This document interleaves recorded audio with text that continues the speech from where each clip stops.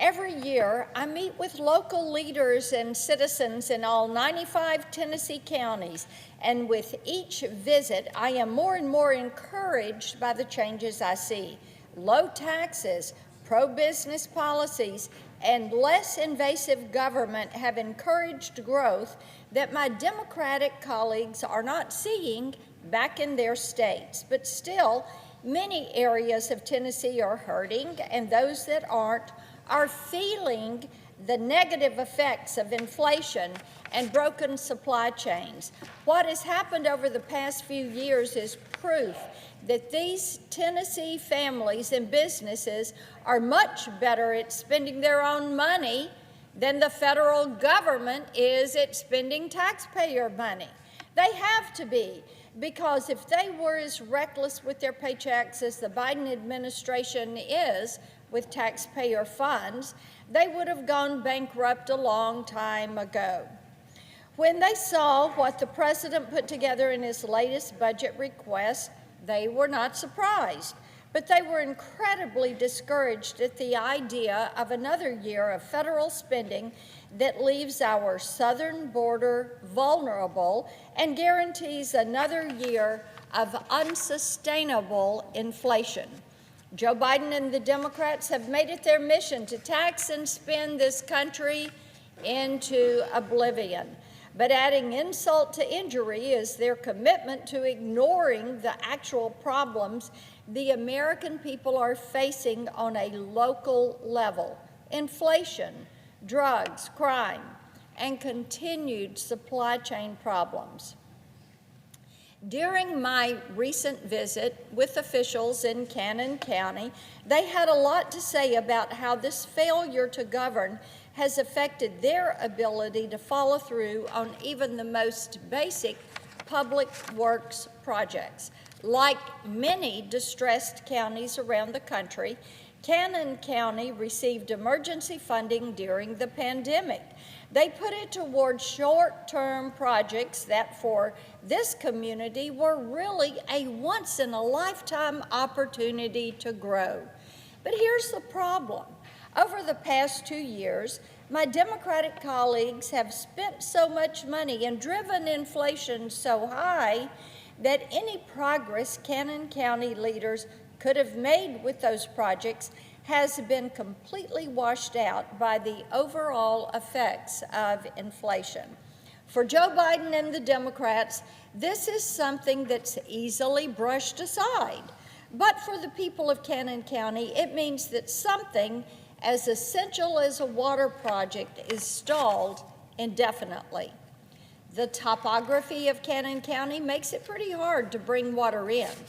But with this particular project, they would have been able to install a water line from neighboring Warren County and alleviate the pressure on their water supply. It wasn't a perfect solution, but it would have provided relief. But now, inflation and supply chain breakdowns have turned this project into a nightmare. Local leaders are questioning the construction estimates because they change or expire before their contractors can get their hands on the right materials. This means that by the time those materials come in, the county may not be able to pay for the work. And on it goes. There's no light at the end of the tunnel.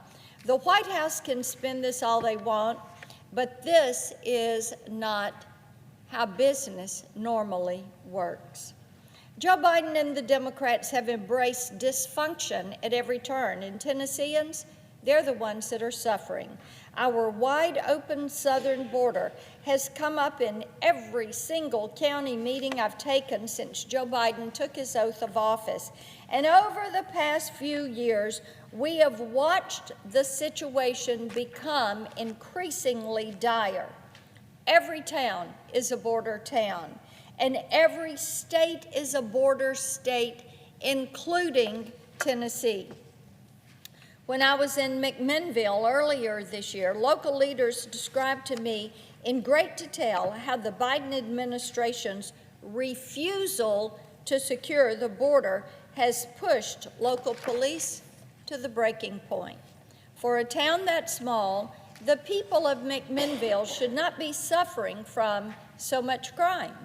But the flow of drugs is out of control, and the law enforcement officials I spoke with can trace it from their neighborhoods to the closest cartel distribution hub in Atlanta, and then down to the southern border. They find fentanyl in just about every drug that they seize. Deadly fentanyl. Overdoses caused by marijuana laced with fentanyl are common now, something that just a few years ago would have been rare, if not unthinkable. The rampant availability of drugs has caused a crisis among teens and young people who are now using at such a rate that law enforcement has nowhere to hire juvenile offenders. Fentanyl, the leading killer of Americans age 18 to 45. Fentanyl, the fastest growing killer of children under 18. Fentanyl that is flooding across our southern border. 14,000 pounds apprehended last year by Border Patrol. That's enough to kill 3.3 billion people. 3.3 billion people. This is why every town is a border state. It is why every single local law enforcement official is saying, we need help secure that southern border. When I've talked to them about what they need to get a grip on the fentanyl issue, they've told me the same thing that local officials are telling other members of this body. Secure the border and make the resources available so that we can get a grip on this. They need to hire more law enforcement officers. They need to give them better pay and training, and they need to expand anti-drug programming for younger children. As sad as that is, they're the ones that are being introduced to and affected by these drugs. You could visit any county in the United States and probably hear very similar stories from local officials who have worked hard, kept their own spending in check, and who have done their best to plan for the future of their communities. They love their communities. They're worried about crime. They're worried about drugs. They want more choice and options for education.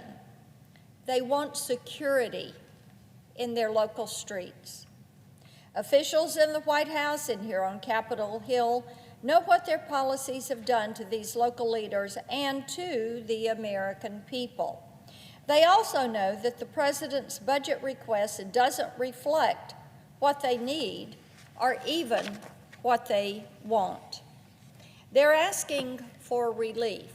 They are not asking for new programs. They're not asking for pie in the sky. They're not wanting to see more bailouts. They don't need more mandates. What they need is relief. Relief that will address inflation. Relief that will address supply chains. Relief that will address the drugs and the crime that is flowing across that southern border. These are issues they look at as root causes of rampant, out-of-control crime and out-of-control spending that has stalled growth in many communities. They won't be able to do that until Joe Biden and the Democrats realign their priorities with those of the American people.